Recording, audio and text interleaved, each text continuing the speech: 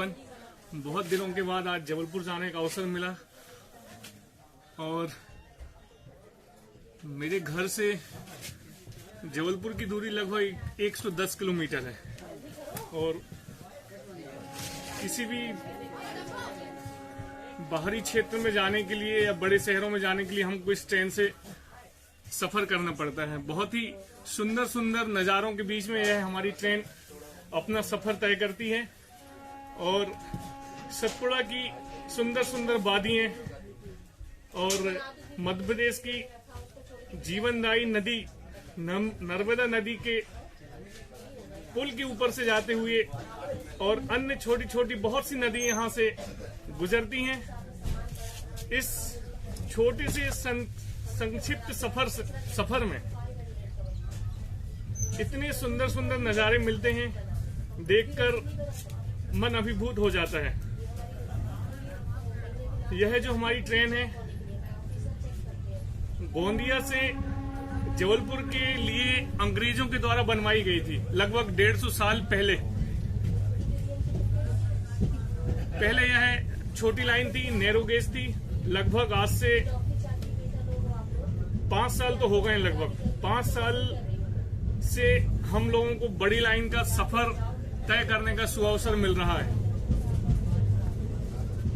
और लगभग कोरोना काल में 2 साल ट्रेन बंद थी। जैसे तैसे हम लोगों ने सफर तय किया, बस से, मोटरसाइकिल से, और अपने सफर को बंद भी करना पड़ा क्योंकि कोई साधन नहीं थे। बहुत ही विपरीत परिस्थितियों में सभी का समय जैसे तैसे निकल ही गया और हम पुनः बड़ी लाइन के सफर में फिर से जुड़ गए हैं भारत के उस विशाल रेलवे के तंत्र से, जहां पर हजारों किलोमीटर का सफर हमारी भारतीय रेल तय करती है। और मेरे गांव से, पिंडरई से जबलपुर तक बहुत ही सुंदर सुंदर स्टेशन मिलते हैं। हर 5, 10 मिनट, 15 मिनट के अंदर में छोटी छोटी लगभग जबलपुर पहुंचने तक 12 स्टेशन लगभग पड़ते हैं और शिकारा स्टेशन अभी गया है। यह हमारे क्षेत्र का एक छोटा सा पर्यटन स्थल है। यहाँ पर आसपास के बहुत से लोग छुट्टियां मनाने आते हैं। यह हमारे क्षेत्र का पर्यटन स्थल है, पर्यटन और हिल स्टेशन है। यहाँ पर बहुत ही सुंदर नदी, उसका नाम मुझे याद नहीं आ रहा है, टेमर नदी पर शिकारा बसा हुआ है। और अंग्रेजों के समय एक बहुत बड़ा जंक्शन था छोटी लाइन का, जब छोटी लाइन चलती थी, क्योंकि छोटी लाइन को अंग्रेजों ने बनाया है। उस समय से यहाँ पर एक ऐसा केंद्र बन गया, पर्यटन केंद्र उस टाइम से, कि आसपास के सभी स्कूल के बच्चे, छात्र छात्राएं, कॉलेज के जो भी हैं और जो घूमने फिरने के पर्यटन प्रेमी हैं, यहाँ पर हमेशा आते रहते हैं। अभी आपको मैंने थोड़े से शिकारा पहाड़ के रेलवे स्टेशन के नज़ारे दिखाए। आप जैसी ट्रेन शिकारा से आगे जा रही है, आपको और सीन दिखा रहा हूँ, आप जरूर देखिए। हमारी ट्रेन का सफर शिकारा से जबलपुर की ओर आरंभ हो चुका है। आप देखेंगे ऐसे नज़ारे हैं यहाँ पर, जैसे कि आपको लगेगा वास्तव में आप किसी पर्यटन स्थल पर घूमने जा रहे हैं।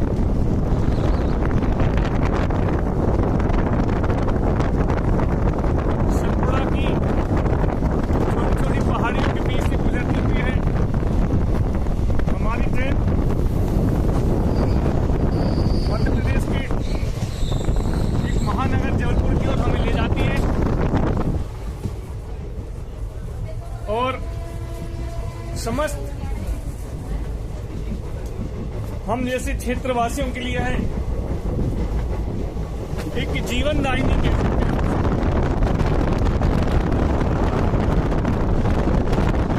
टेमर नदी फिर से इस मुहाने पर, और 2 या 3 बार क्रॉस होती टेमर नदी।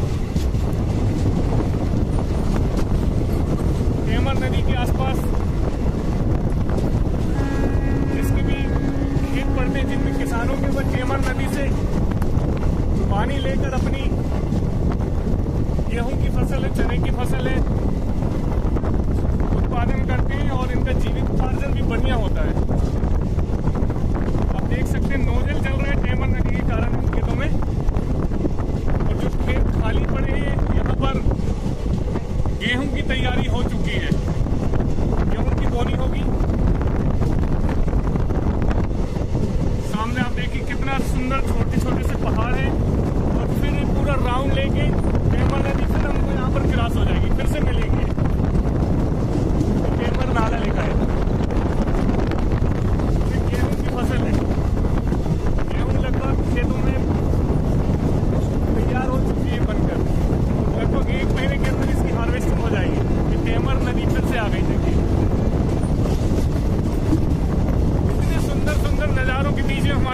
छोटी लाइन अब बड़ी हो गई है।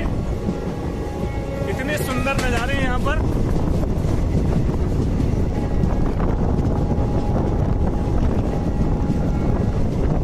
खेत सबसे सुंदर तब लगते हैं जब उसमें फसल हो। भी फसल इस टाइम में एकदम हरी है, हरा रंग प्रकृति का सबसे सुंदर रंग है। खेत आच्छादित थे, श्रृंगारित थे खेतों के फसलों के कारण, और किसानों का यह सोना, हम कह सकते हैं कि किसानों का यह सोना लगा हुआ है खेत में। एकदम दूर दूर तक जहां भी नजर जा रही है खेत पर, आप देखिए फसल ही फसल है, किसानों का यह सोना है।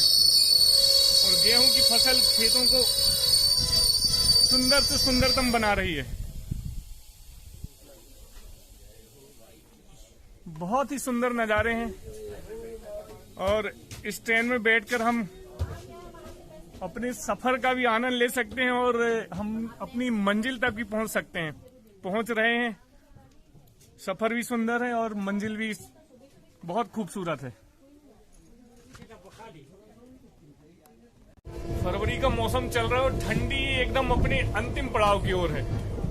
ठंडी की विदाई हो रही है, लेकिन इतनी विदाई भी नहीं हुई है कि हम कहें कि बिना स्वेटर के हम लोग चले जाएं। देखिए मैं भी स्वेटर पहना हूँ, और आसपास के सब जो भी यात्री हैं यहाँ पर, ये देखिए आप सब बैठी हुए टोपा स्वेटर लगा के। आप इससे अनुमान लगाइए कि हमारा जो क्षेत्र है फरवरी की 17 तारीख है। फरवरी की 17 तारीख होने के बावजूद यहाँ पर ठंडी का एहसास है। यह कोई हिमालय की तराई वाला क्षेत्र नहीं है या कोई बहुत ठंडा क्षेत्र नहीं, लेकिन सामान्य तौर पर यहाँ पर ठंडी का ऐसा थोड़ा सा भी समय खत्म नहीं हुआ है। दिन में धूप तेज रहती है, लेकिन ठंडी भी काफी है। और टेमर नदी की सुंदर नजारे देखिए आप।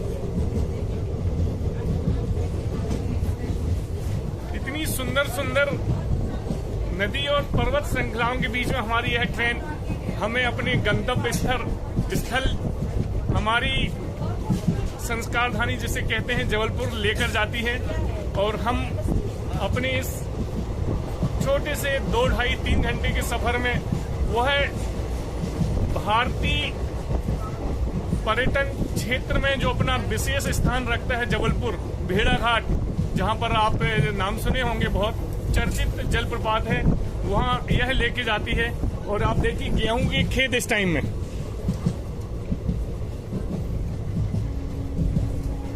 भरे हुए हैं। बसंत पंचमी गई और फागुन का मौसम आ गया है। फागुन के मौसम में टेसू नाम का जो फूल होता है, बहुत ही सुंदर टेसू फूल है। टेसू के फूल से सभी जो झाड़ हैं, जो वृक्ष रहते हैं, उसको हम यहाँ की स्थानीय बोली में खकड़ा कहते हैं, और उसको पलाश कहते हैं। एक साहित्यिक भाषा का शब्द है, उसको पलाश कहा जाता है। उसके फूल बहुत ही सुंदर होते हैं, और उन फूलों से गुलाल बनता है, उन फूलों से सिंदूर बनाया जाता है। ऐसे जो फूल हैं वो ग्रीष्म काल के फागुन महीने में हमेशा आते हैं। कहा जाता है कि बहुत साल पहले उस फागुन का, उस टेसू का जो फूल है पीला होता था, लेकिन इतनी ज्यादा हिंसा हुई, ऐसा कहते हैं, मैं नहीं कह रहा हूँ, ऐसी किंवदंती है। उस जो पलाश का जो फूल है उसका रंग पहले पीला होता था, लेकिन इतनी हिंसा होने के कारण जो भी कुछ प्रकृति में कुछ उनको ऐसा लगा कि ये उसका रंग बदल गया, वो पीले नहीं होते, वो लाल हो गए हैं।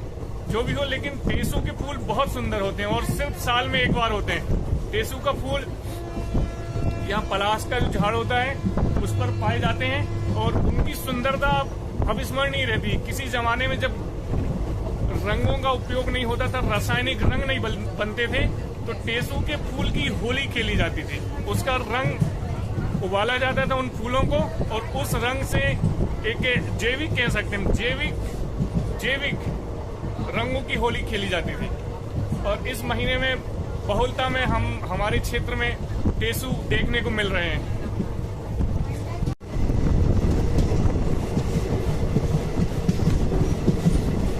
हम लोगों के क्षेत्र की अभी मुख्य जो फसल है वो गेहूं। आप यहाँ खेत देखिए, कितना सुंदर खेत दिख रहा है। पूरे खेत में हरियाली ने अपना चादर ओढ़ रखी है और एक ये जो हरियाली है ये गेहूं की हरियाली है। तो फिर से छोटा सा नाला, ऐसी छोटे नदी नाले के बीच से होती हुई है हमारी ट्रेन अपने गंतव्य स्थल की ओर, जबलपुर की ओर बढ़ रही है।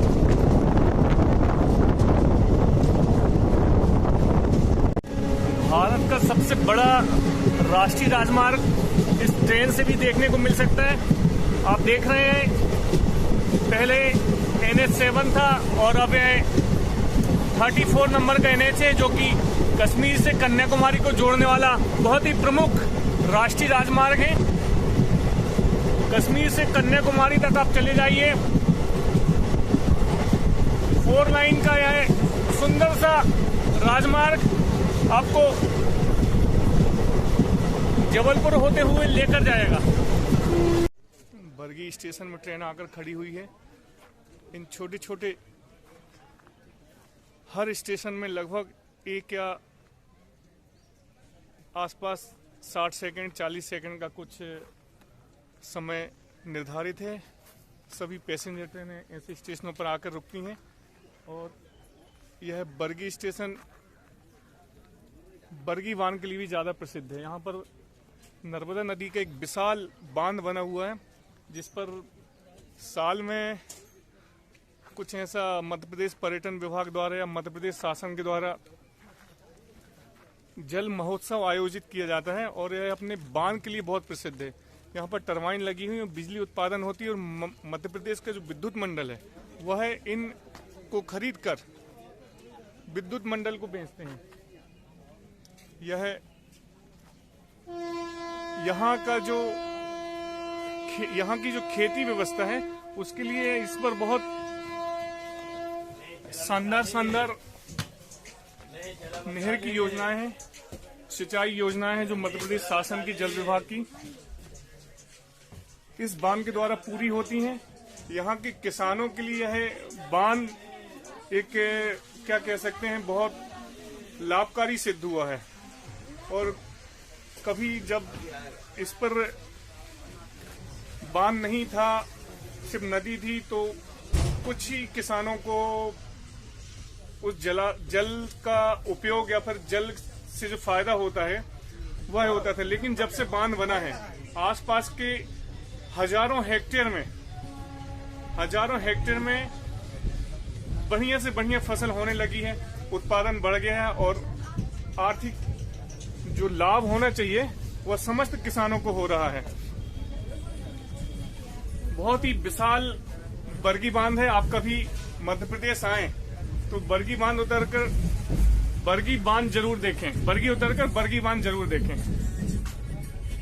हजारों हेक्टेयर में सिंचाई हो रही है और टरबाइन के द्वारा बहुत ही विद्युत का निर्माण किया जा रहा है। वह सभी विद्युत मंडल को बेच दी जाती, जो भी उससे ऊर्जा के जो स्रोत हैं ऊर्जा मंडल द्वारा जैसा भी उनका सेटअप हो, जो भी उनका एक टाई अप हुआ है।